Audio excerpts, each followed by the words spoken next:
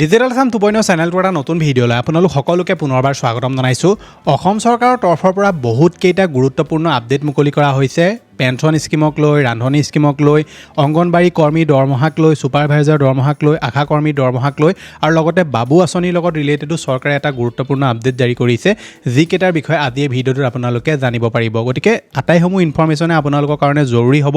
ভিডিঅ'টো বেছি দীঘল নকৰোঁ, কিন্তু যিকেইটা ইনফৰমেশ্যন আপোনালোকে লাভ কৰিব আটাইকেইটাই আপোনালোকৰ কাৰণে বহুত বেছি ইম্পৰ্টেণ্ট হ'ব। আৰু এই যিমানকেইখন স্কিমৰ কথা চৰকাৰে কৈছে, এই স্কিমকেইখনৰ পইচাসমূহ আপুনি সুচাৰুৰূপে পাই থাকিবৰ কাৰণে কোনসমূহ কাম কৰিব লাগিব সেইটোৰ বিষয়ে আপোনালোকে আজি এই ভিডিঅ'টোত সবিশেষ জানিব পাৰিব। গতিকে ভিডিঅ'টো সম্পূৰ্ণভাৱে প্ৰথমৰ পৰা শেষলৈকে চাব।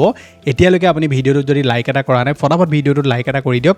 চেনেলটোলৈ যদি প্ৰথম আহিছিলে ছাবস্ক্ৰাইব কৰি লওক এনেকুৱা ধৰণৰ ইনফৰ্মেটিভ ভিডিঅ' ৰেগুলাৰ চাবৰ কাৰণে। আহক এতিয়া ভিডিঅ'টো আৰম্ভ কৰোঁ। চৰকাৰে এতিয়া বহুত কেইখন আঁচনি বা বহুত কেইখন তেওঁলোকে স্কিমৰ যি পইচা আগত দিছিলে সেই পইচাসমূহ তেওঁলোকে এতিয়া বৃদ্ধি কৰিছে।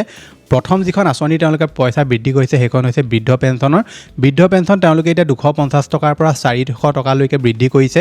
বিধৱা পেঞ্চন তেওঁলোকে 300 টকাৰ পৰা 1250 টকালৈ বৃদ্ধি কৰিছে।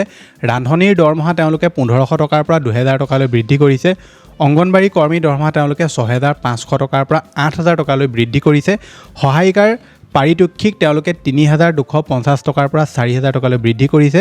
ছুপাৰভাইজাৰৰ দৰমহা 9000 টকাৰ পৰা 10500 টকালৈ বৃদ্ধি কৰিছে। আৰু আশা কৰ্মীৰ দৰমহা তেওঁলোকে 1000ৰ পৰা 4000 টকালৈকে বৃদ্ধি কৰিছে। যিকেইখন আপোনালোকে আঁচনি ধৰি লওক সুবিধা লাভ কৰে বা যিকেইখন চৰকাৰৰ ধৰি লওক এনেকুৱা বেনিফিচিয়েল স্কিম ধৰি লওক বৃদ্ধসকলক দিয়া হয় বা ধৰি লওক অংগনবাড়ী কৰ্মীসকলক দিয়া হয়, যিটো দৰমহা হয়, এইসমূহৰ যি ধৰি লওক পৰিমাণ আগত চৰকাৰে ৰাখিছিলে, এতিয়া সেইটো পৰিমাণ তেওঁলোকে বৃদ্ধি কৰি তেওঁলোকে বঢ়াই দিছে। যেনে বৃদ্ধ পেঞ্চনৰ তেওঁলোকে 250 টকা পৰা এতিয়া 400 টকা কৰি দিলে।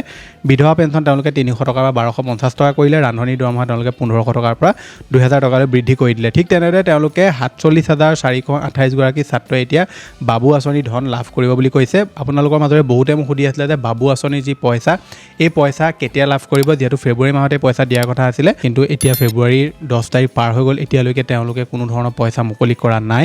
গতিকে ইয়াৰ ওপৰত তেওঁলোকে কোনো ধৰণৰ অফিচিয়েল আপডেটো জাৰি কৰা নাই। তেওঁলোকে এইটো কৈছে যে 47,428 গৰাকী ছাত্ৰই বাবু আঁচনিৰ ধন লাভ কৰিব বুলি কৈছে। গতিকে সময়মতে আপোনালোকে অৰুণোদয় আঁচনিৰ যি পইচা সোমাব, এই পইচাটো সোমোৱাৰ পাছতে আপোনালোকে এই যিটো পইচা, এই পইচাটো লাভ কৰাৰ সম্ভাৱনা আছে। গতিকে চৰকাৰী ইয়াৰ ওপৰত কিবা অফিচিয়েল আপডেট দিলে মই আপোনালোকক নিশ্চয় ভিডিঅ' বনাই জনাই দিম। বহুতে মোক কমেণ্ট কৰি সুধি আছিলে যে বাবু আঁচনিৰ পইচাটো দিয়াৰ কথাই আছিলে, এতিয়ালৈকে কিয় পইচাটো দিয়া নাই।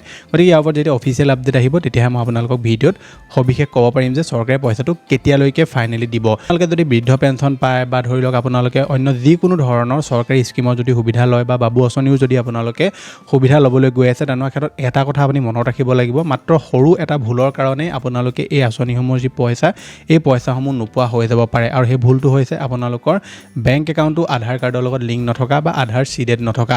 আপোনালোকৰ যদি বেংক একাউণ্টটো আধাৰ কাৰ্ডৰ লগত লিংক হৈ থকা নাই বা আধাৰ চিডিং হৈ থকা নাই, তেনেকুৱা ক্ষেত্ৰত আপোনালোকৰ পইচাটো নোসোমাব পাৰে বা সোমালেও আপোনালোকে উলিয়াব নোৱাৰিব পাৰে। গতিকে আপোনালোকে এই যিটো পইচা, সেই পইচাটো পাবৰ কাৰণে আপোনালোকৰ যিটো বেংক একাউণ্ট, সেইটোৰ লগত আধাৰ লিংক হৈ আছেনে নাই, লগতে আপোনালোকৰ KYC আপডেট হৈ আছেনে নাই, এইসমূহ বস্তু আপোনালোকে ঠিকমতে মাজে মাজে চাই থাকিব। যদি বাবু আঁচনিত আপোনালোকে এপ্লাই কৰিছে, তেনেহ'লে যিটো বেংক একাউণ্ট দিছে, সেই বেংক একাউণ্টটো আপোনালোকৰ শুদ্ধ হয়নে নহয়, মানে KYC ধৰি লওক আপডেট হৈ আছেনে নাই, একাউণ্টটো এক্টিভ হৈ আছেনে নাই, লগতে তোৰ লগত আধাৰ চিডেড হৈ আছেনে নাই, এইখিনি বস্তু আপোনালোকে প্ৰথমে চেক কৰিব। যদি ইয়াত কিবা খেলিমেলি হৈ থাকে, তেনেকুৱা ক্ষেত্ৰত কিন্তু আপোনালোকে যিটো পইচা, সেই পইচাটো লাভ নকৰিব।